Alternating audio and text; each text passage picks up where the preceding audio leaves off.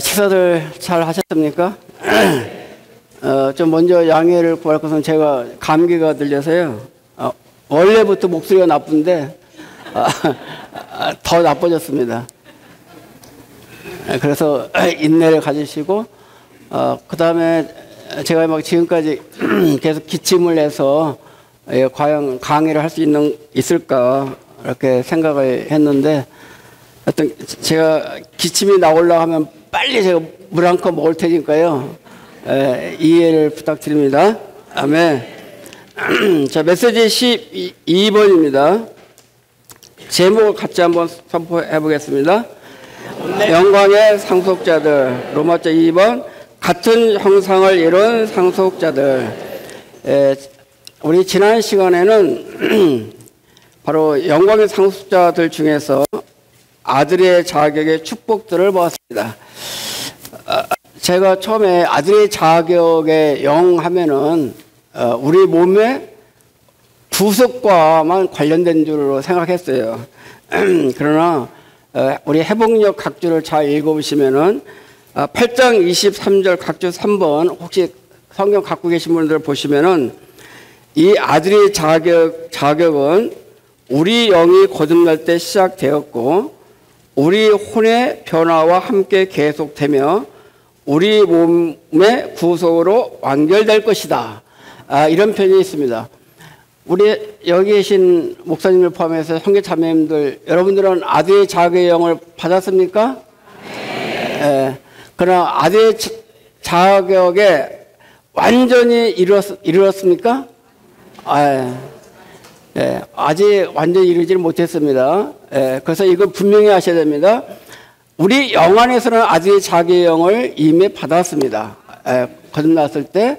그 다음에 우리 혼의 변화를 통해서 아들의 자기의 영은 계속되고 있습니다. 그 다음에 우리 몸이 구속될 때, 우리 몸이 변화될 때 아들의 자격이 완전히 완결될 것입니다. 그 다음에 지난 시간에 그 영의 방면에서 여러 가지 교통하셨는데 이 세 가지 자녀들, 아들들, 그 다음에 상속자들과 연결해서는 자녀들과 관련해서는 이 영이 어떤 거냐 증언하시는 영인 것입니다. 그 다음에 우리 자녀들에 대해서는 인도하시는 영, 그 다음에 우리 상속자에 대해서는 어떤 영이죠? 그래서 제가 한번 이렇게 해보는 겁니다. 우리 상속자들에게는 중보기도하는 영인 것입니다. 이 세 가지를 꼭 기억하셔야 됩니다. 증언하시는 영은 우리 자녀들과 관계되고 인도하시는 영은 바로 우리가 그분의 아들들과 관계되고 중보기도하시는 영은 바로 우리가 상속자인 것과 관련이 되어 있습니다.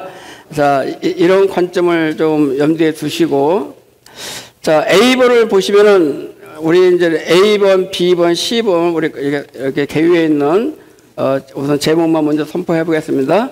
A번 맏아들의 많은 형제들 그리스도와 함께 B번 그리스도와 함께하는 공동 상속자들 맏아들의 형상과 같은 형상을 이룬 그 다음에 D번 영광스럽게 됨. 자, 로마서 2번입니다. 하나님의 사랑에서 끊어질 수 없는 상속자들. A번 누가 감히 유죄 판결을 하겠습니까?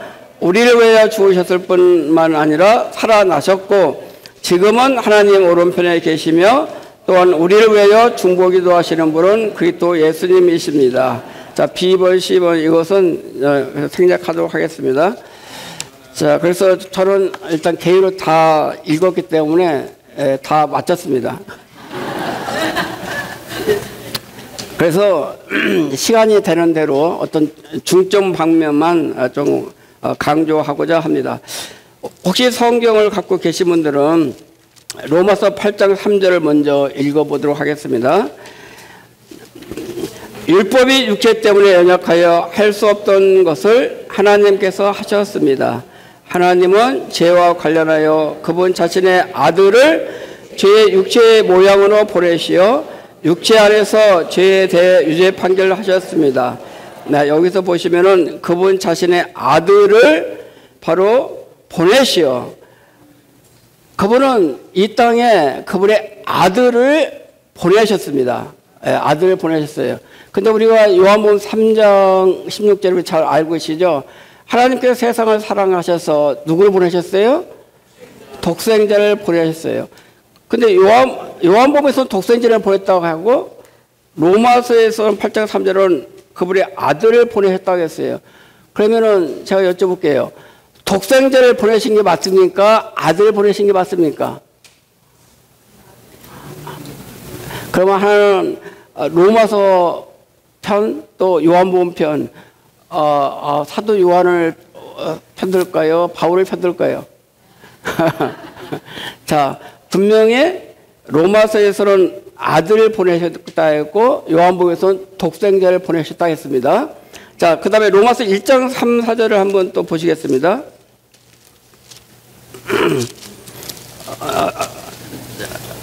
자, 특별히 4절을 보겠습니다.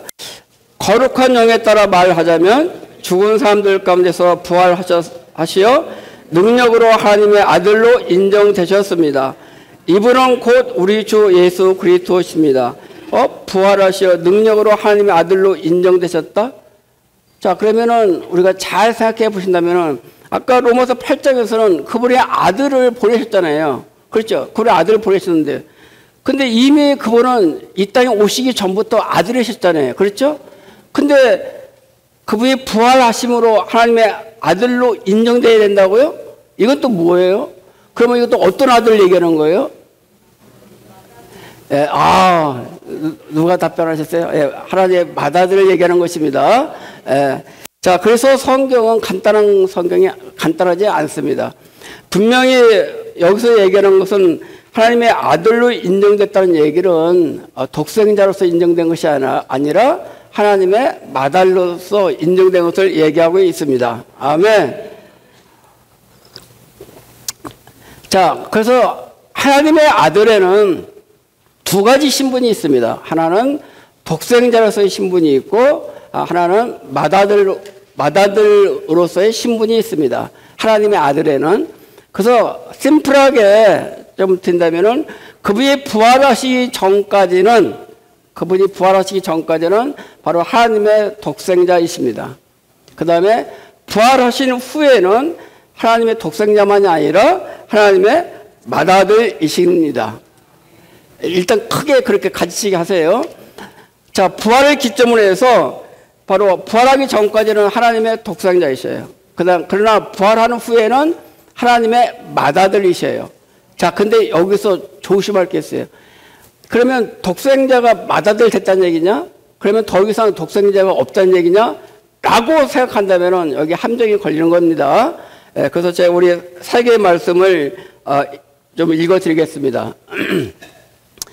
그리스도는 영원부터 그분께서 부활하실 때까지 하나님의 독생자셨다. 그러나 이것은 그분께서 부활하실 후에는 더 이상 하나님의 독생자가 아니라는 뜻이 아니다. 어떤 의미에서 그분은 여전히 독생자이십니다.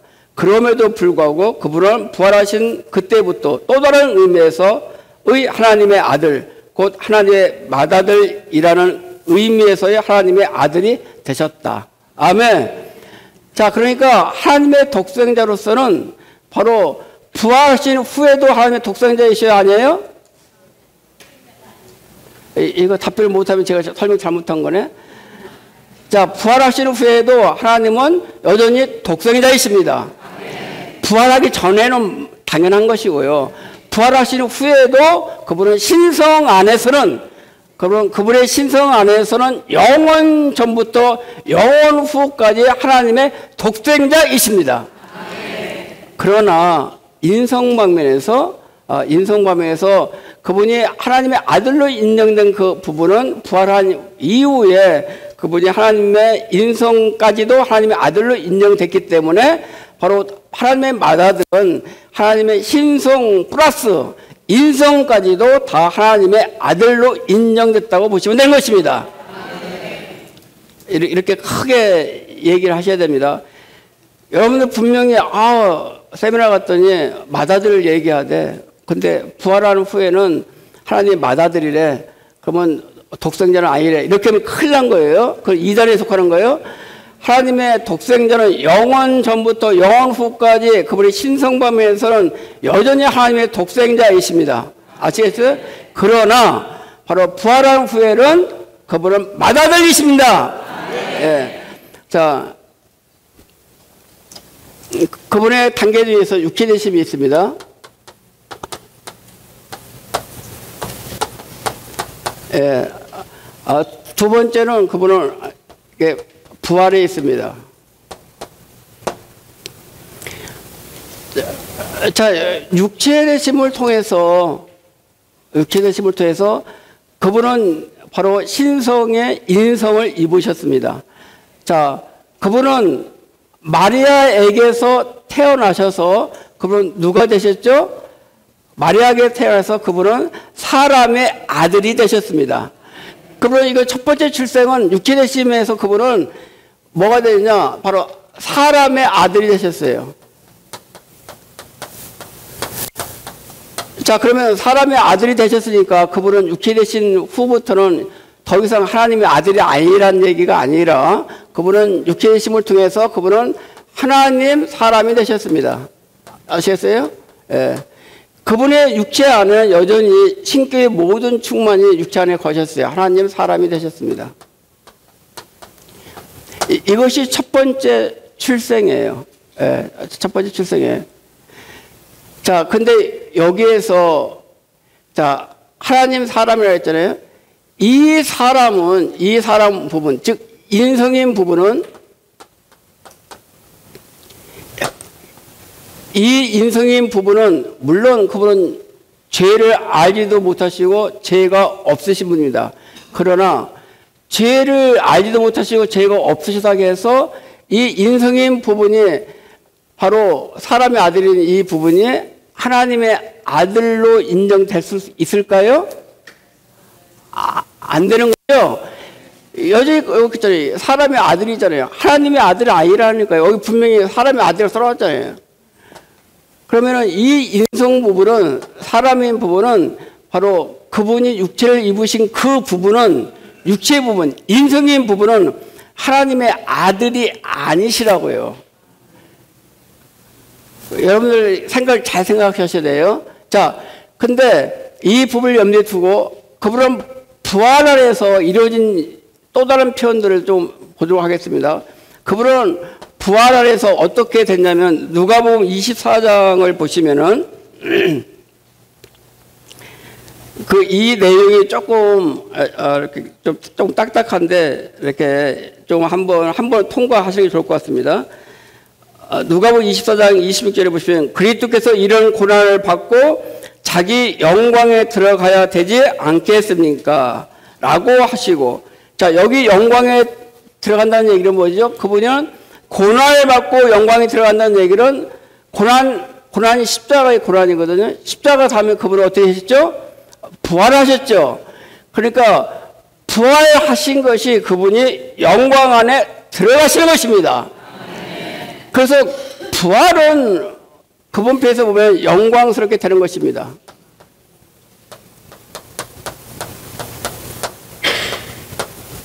부활은 그분이 영광스럽게 되면, 물론 그분은 부활은 고린도전서 15장에 보면은 그분은 3일 만에 살아나셨다는 거죠. 그분이 살아나신 것이 부활이죠.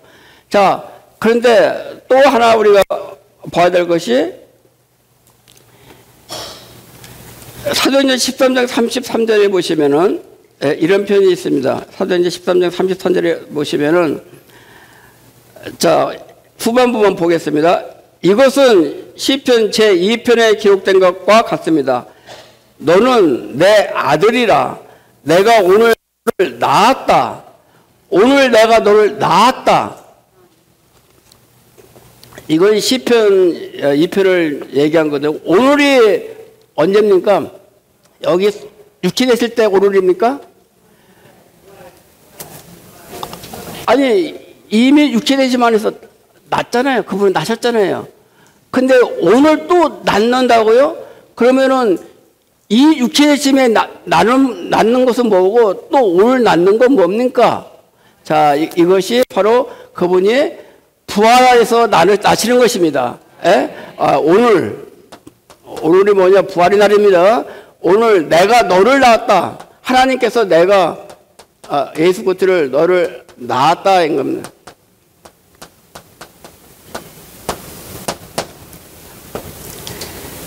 첫 번째 출생이 있을 뿐만 아니라 그분은 두 번째 출생이 있으신 것입니다. 첫 번째 출생에서는 그분은 사람의 아들로 나셨지만은 두 번째 출생에서는 이 사람의 아들이 바로 사람의 아들이 뭐가 되느냐? 하나님의 아들로 다시 낳는 것입니다.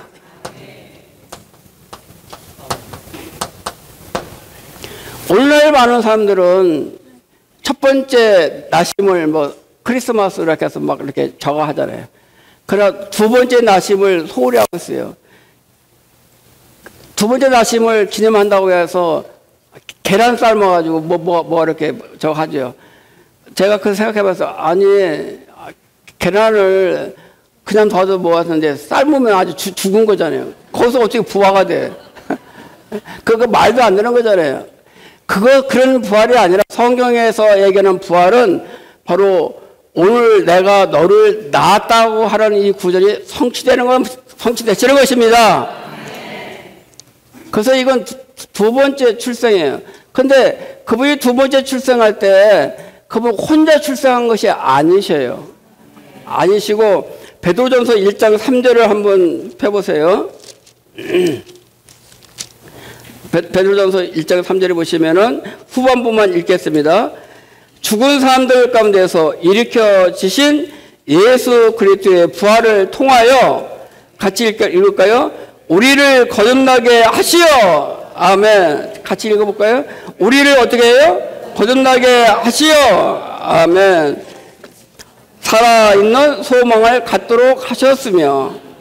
자, 주님이 부활하실 때 우리도 거듭났습니다. 자, 이 부활할 때 바로 믿는 이들도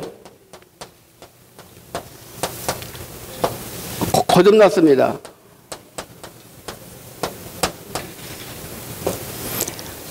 어떤 교단에서는 언제 구원받았어? 이걸 많이 강조하죠.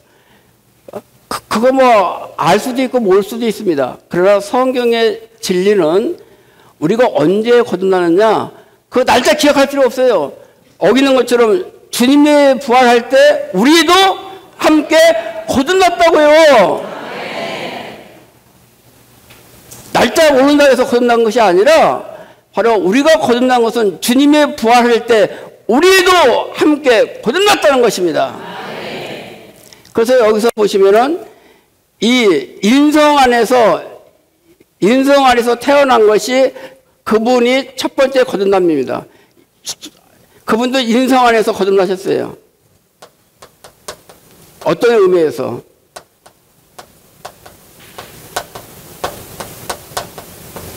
그 다음에 혼자 거듭난 것이 아니라 우리도 함께 거듭났어요. 그래서 이걸 가리켜서 뭐냐면은 우주 가운데 있는 큰 출산이다. 예, 이렇게 아주 대량 출산이라고 할까요? 우리가 출산을 할 때 돼지 같은 경우 몇 마리 낳는지 모르겠지만 한 12마리 낳는다고 합시다. 그러나 우리 하나님은 우리 그리스도는 출산할 때 숫자를 헤아릴 수 없어요. 대량 출산을 하신 것입니다. 할렐루야! 예, 이것이 바로 성경의 바로 가르침인 것입니다. 자, 그 다음에 한 가지 더 보겠습니다. 아까 우리 읽었는데요. 로마서 1장을 다시 한번 펴보시면 1장 4절에 부활하시어 능력으로 하나님의 아들로 어떻게 있다고요? 예, 부활하시어 하나님의 능력으로 하나님의 아들로 하나님의 아들로 인정됐다.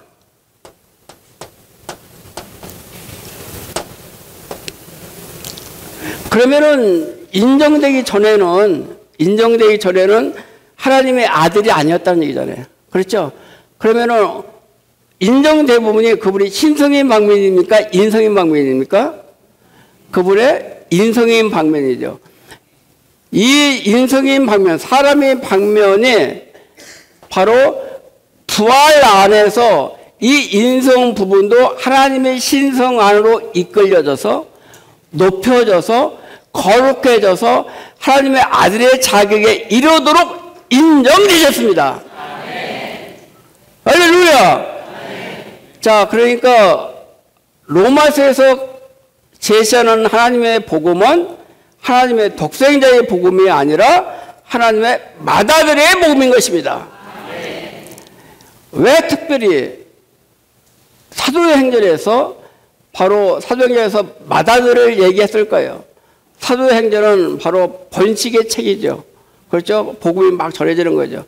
이 번식되는 것이 하나님의 맏아들이 번식되는 것이 아니라 하나님의 맏아들로서 많은 아들들을 낳아서 번식하시는 것입니다. 어떤 의미에서 우리는 이미 그분이 부활하실 때 바로 부활했지만은 그러나 우리가 시간 안에서 그분을 영접해야 될 거 아니에요. 그렇죠? 그렇기 때문에 사도행전에서는 여전히 바로 하나님의 독생자를 강조하지 않고 하나님의 맏아들을 강조하고 있습니다.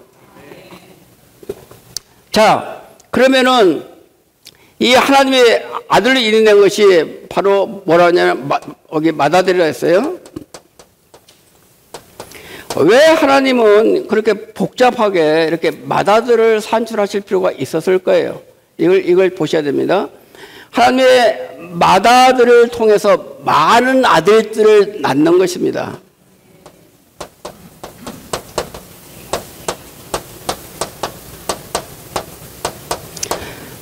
자, 그래서 하나님의 맏아들은 하나의 원형과 같아요. 많은 아들들은 바로 대량 생산하는 것 같아요. 자, 우리가 자동차를 하나 이렇게 만든다 하면은 한꺼번에 자동차를 그냥 만듭니까? 그게 아니라 하나의 원형을 먼저 만드는 거죠. 그렇죠? 사실 원형을 만드는 데가 가장 시간이 많이 들리고 바로 가장 힘든 것입니다. 자, 주님께 감사하는 것은 이미 원형은 완성됐습니다. 할렐루야. 이제는 주님이 하시는 일은 많은 대량 생산을 하는 것입니다. 이것이 어떻게 이루어집니까? 하나님의 복음을 통해서 바로 이루어진다고 볼 수가 있습니다. 자, 성경에서는 우리가 하나님의 형상과 모양대로 창조됐다고 하고 있습니다. 우리가 예창조 안에서는 하나님의 형상과 모양대로 창조했습니다. 그러나 새 창조 안에서는 하나님의 형상이 아니라 하나님의 맏아들과 같은 형상을 이루어가는 것입니다. 자, 제가 한번 질문해 볼게요. 여기 계신 여러분들 독생자의 형상을 닮아갑니까? 맏아들의 형상을 닮아갑니까? 아, 할렐루야. 자, 그분은 우리의 맏형이십니다. 그분이 먼저 나셨거든요. 그분이 먼저 나셨기 때문에 맏형이시고 우리는 그 이어서 태어났잖아요. 그래서 우리 주님은 우리의 형님이십니다. 할렐루야. 우리 맏형님이시라고요. 그분이 부활하셨을 때 요한복음 20장에 보시면은 주님이 그랬죠. 내 형제들에게 가서 이르되, 주님이 부활하신 후 요한복음 20장에 보시면은 그분은 우리를 뭐라 하냐면은 제자들이라 하지 않고 친구들이라 하지 않고 내 형제들이라고 얘기하고 있습니다. 부활하신 이후에 우리는 그의 형제들이 되었습니다. 히브리서 1장에 보시면은 2장인가요? 거룩하게 한 자와 거룩하게 함을 입는 자들이 어디서 났어요? 하나에서 났습니다. 우리는 그분과 같은 출생을 가진 사람들인 것입니다. 하나에서, 즉 아버지 하나님에서 함께 태어났습니다. 근데 맏형이 하는 행동과 우리 동생들이 하는 행동이 다르면은 사탄이 우리를 송사할 거잖아요. 아이, 여보시오. 어떻게 맏형하고 동생들이 이렇게 달라? 그래서 우리는 어떻게 됩니까? 맏아들과 같은 형상을 닮아가는 것입니다. 이것이 바로 뭡니까? 유기적인 구원을 통해서 바로 우리는 하나님과 똑같아지는 것입니다. 그러나 단 신격에서는 아니지만은 바로 생명과 본성과 표현에서 우리는 그분과 같아지는 것입니다.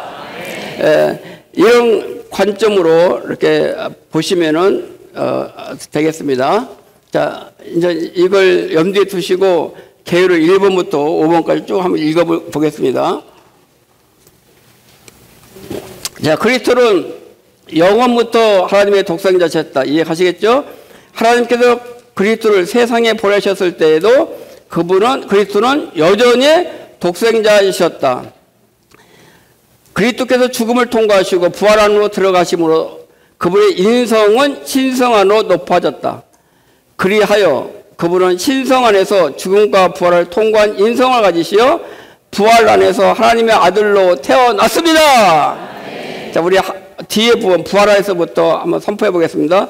부활 안에서 하나님의 아들로 어떻게 해요? 태어났습니다. 네. 자, 동시에 모든 믿는 이가 부활 안에서 그분과 함께 어떻게 했어요? 살아나고 그분과 함께 하나님의 많은 아들들로 태어났다. 그러므로 믿는 이들은 그분의 많은 형제들이 되어 그분의 몸을 조성하고 그리스도 안에서 하나님의 단체적인 표현이 되었다.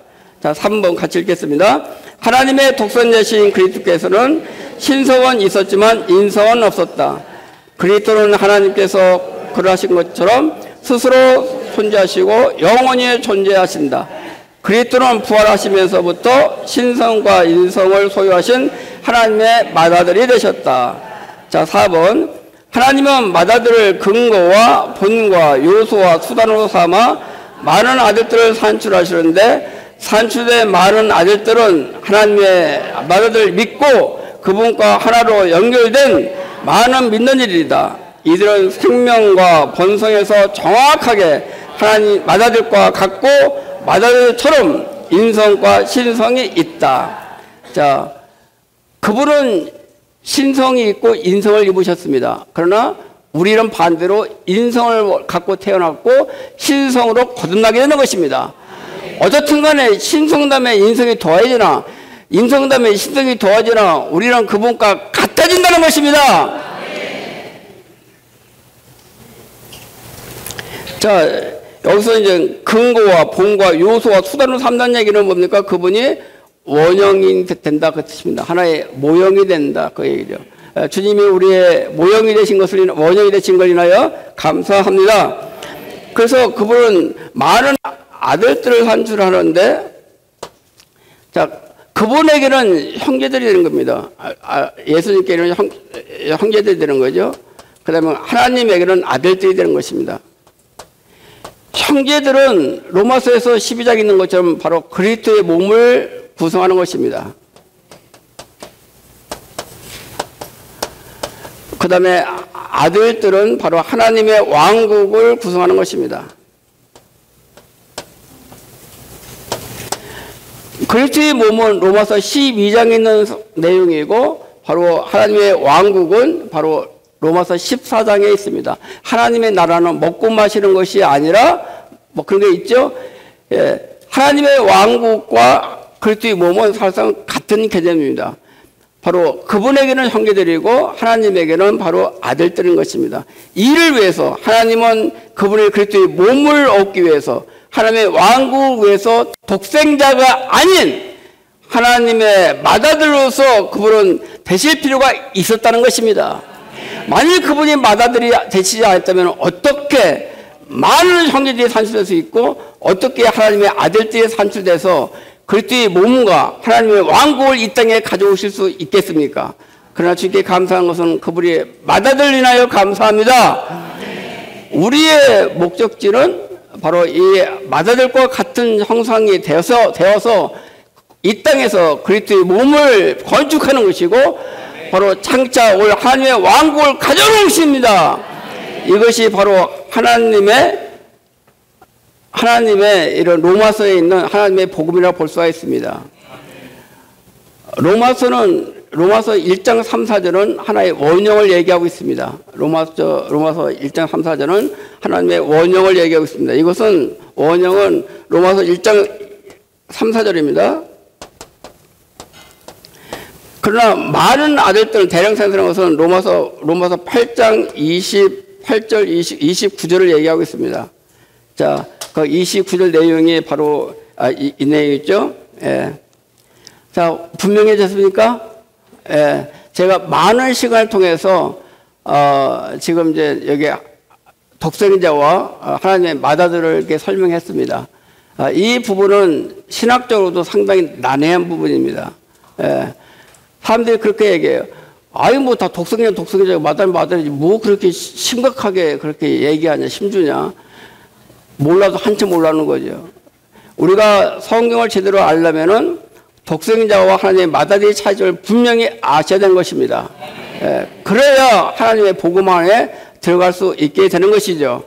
우리가 이런 하나님의 시대 사역을 통해서 이런 진리가 우리 가운데 정말 해방됨을 인하여 감사하고 이런 진리들을 여러분들이 들을 수 있음을 인하여 감사합니다. 이때를 위해서 여러분의 길은 들어보는 복이 있다고 얘기할 수 있습니다. 우리가 이런 이상한 얘기를 듣지 않고 듣지 않고 이러한 건강한 말씀, 이런 성경적인 말씀을 우리에게 들려주신 걸 인하여 감사합니다. 자, 그 다음에 비벌은 공동상속자들이죠. 아까 우리 형제님이 공동상속자에 대해서 얘기하셨는데 쪽 하나만 좀 더 붙이도록 하겠습니다.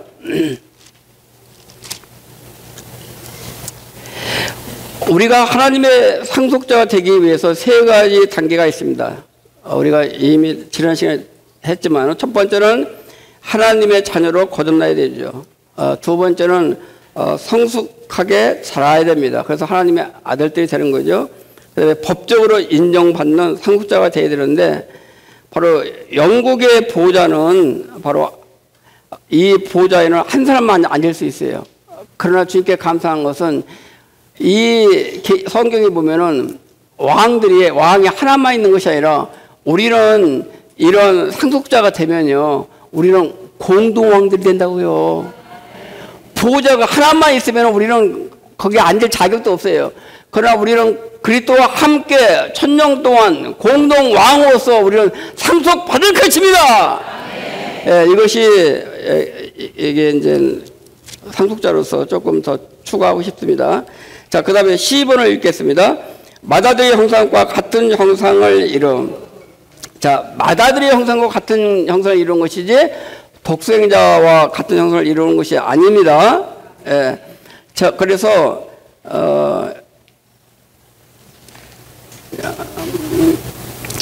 1번을 보시면요. 내적으로 그 영께서 운행하심으로 말미암아, 그 다음에 2번은 뭐죠? 외적으로 모든 것이 협력함으로 말미암아, 이 부분이 있습니다. 자, 내적으로는 그 영께서가 주어죠. 그 다음에 외적으로는 모든 환경이 바로 주어입니다. 우리가 자람은 내적인 자연물에서 옵니다. 자람이 내적인 자연물에서 오죠. 그러나 내적인 자연물은 외적인 환경, 즉 고난의 협력이 바로 필요하다고 볼 수가 있습니다. 자, 여기서 1회 A, B, C번을 한번 읽도록 하겠습니다. 왜 그 영을 표현할 수 없는 말로 우리 안에서 탄식하시는가? 그분은 우리가 틀 안에서 넣어져서 하나님의 아들의 형상과 같은 형상,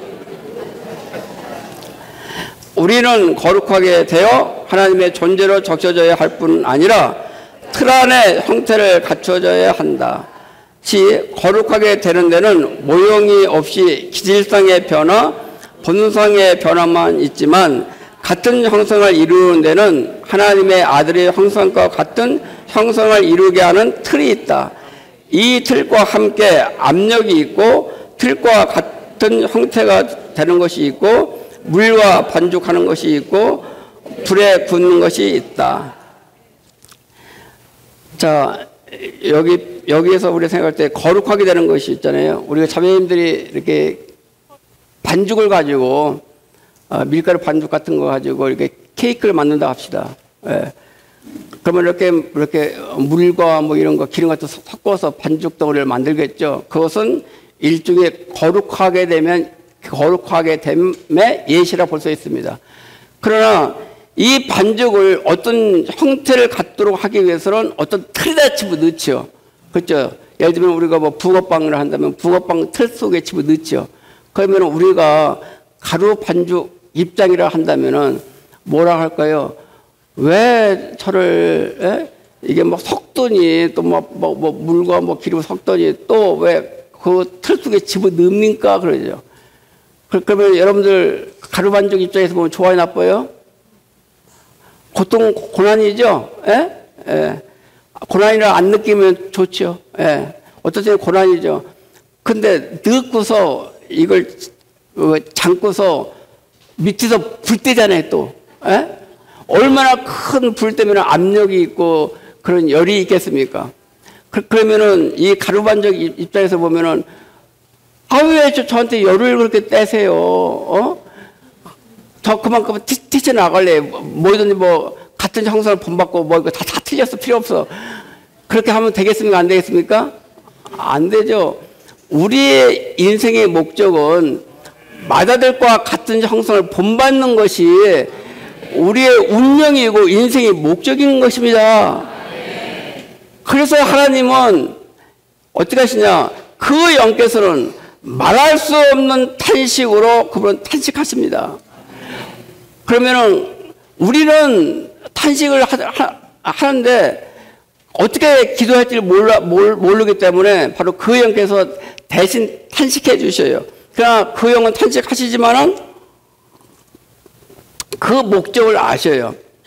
그래서 그 영께서 중보기도 하심으로 우리 하나님 아버지는 그 기도에 응답하셔서 모든 환경을 안배하시는 것입니다. 그 환경을 안배하신 목적은 뭐냐? 우리를 맏아들과 같은 형상으로 본받도록 우리를 만들어 가시는 것입니다. 할렐루야!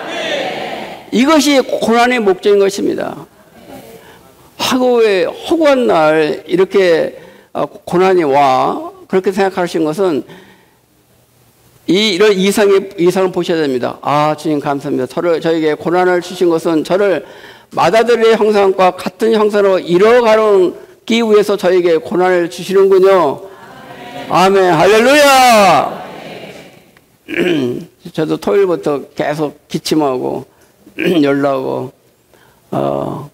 그래서 약 먹고 그래서 오늘 아침까지 여기 오면서까지 주님께 기도했습니다. 주님, 오늘 내가 강의를 해야 되는데 왜 해필이면 또 이렇게 이때 감기를 주십니까? 그러니까 주님이 네가 지금 준비하는 강의 내용이 고난이잖아.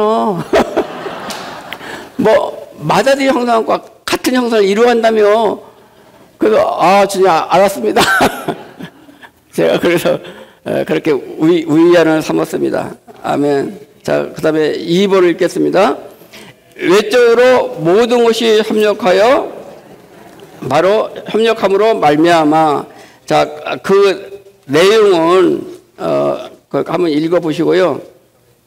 제가 이제 뭐 한 6분 정도밖에 안 남았기 때문에 이 부분을 제가 조금 말씀드리도록 하겠습니다. 제가 창세기 라이프스타일을 추구하다가 이런 내용이 여기 있구나라고 생각했습니다. 여기 로마서 8장 28절 이 말씀 있잖아요. 이 말씀을 뭐라 하냐면은 우리 창세기 라이프스타일 저자인 위티스 리영님이 요셉은 하나님을 사랑했다. 그러므로 그에게 발생한 모든 일은 선을 위한 것이었다. 이런 얘기가 나오고요. 로마서 8장 28절에 있는 것은 진리의 씨앗이다. 요셉의 생활은 이 구절의 설명이며 로마서 8장 28절의 설명에 바로 요셉의 생활로서 예시가 된다는 것입니다. 창세기에서 뿌려진 씨는 로마서 8장 28절에서 자라고 계시록 15장에서 수확된다.